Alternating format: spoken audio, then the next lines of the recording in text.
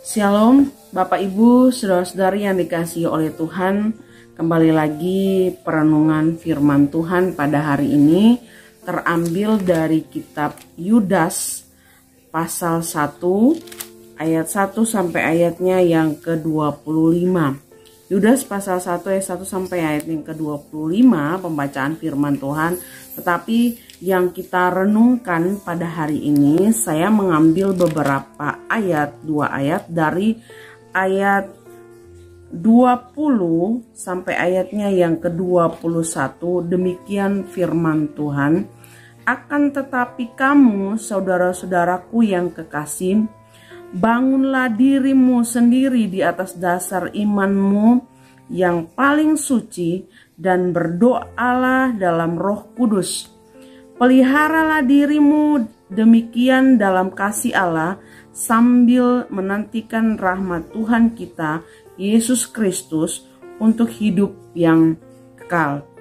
Bapak Ibu, saudara-saudara yang dikasihi oleh Tuhan, Yudas menuliskan kitab ini diawali dengan hukuman atas guru-guru palsu, bahwa setiap guru-guru palsu yang menyampaikan kabar atau berita yang tidak benar dan tidak sesuai dengan kebenaran firman Tuhan, tetapi mengakhirinya dengan nasihat-nasihat bagi orang percaya supaya mereka bisa meneguhkan imannya, tidak terpengaruh dengan keadaan sekeliling, keadaan guru-guru palsu yang membuat mereka bisa meninggalkan imannya kepada Kristus atau mempengaruhi imannya kepada Kristus, tetapi menasihati untuk meneguhkan iman di dalam Kristus.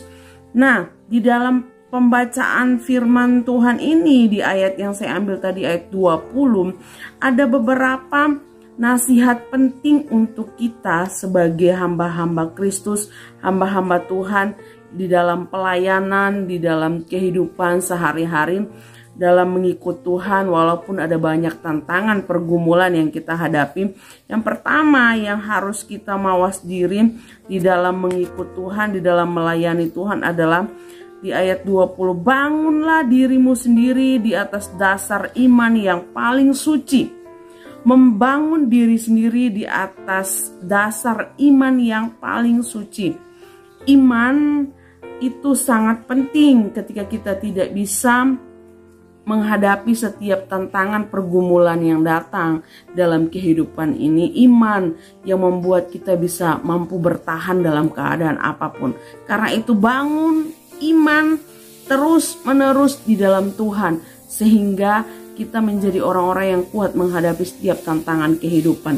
Yang kedua, berdoa dalam Roh Kudus. Bapak Ibu saudara-saudari, tentu dalam doa-doa pribadi kita, berdoa dalam Roh Kudus itu adalah sesuatu yang harus kita lakukan supaya iman kita semakin teguh di dalam Tuhan, semakin kuat di dalam Tuhan, supaya kita semakin intim dengan Tuhan, dekat dengan Tuhan melalui doa-doa kita. Berdoa dalam Roh Kudus. Yang berikut, peliharalah dirimu demikian dalam kasih Allah sambil menantikan rahmat Tuhan kita Yesus Kristus, yaitu hidup yang kekal.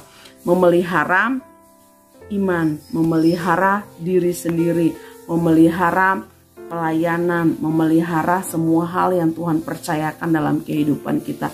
3 hal penting tadi, ingat.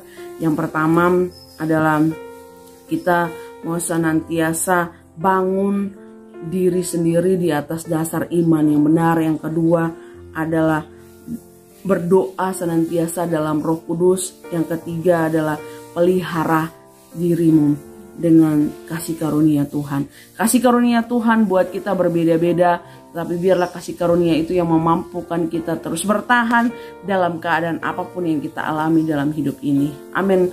Buat kebenaran firman Tuhan, Tuhan Yesus memberkati kita semua.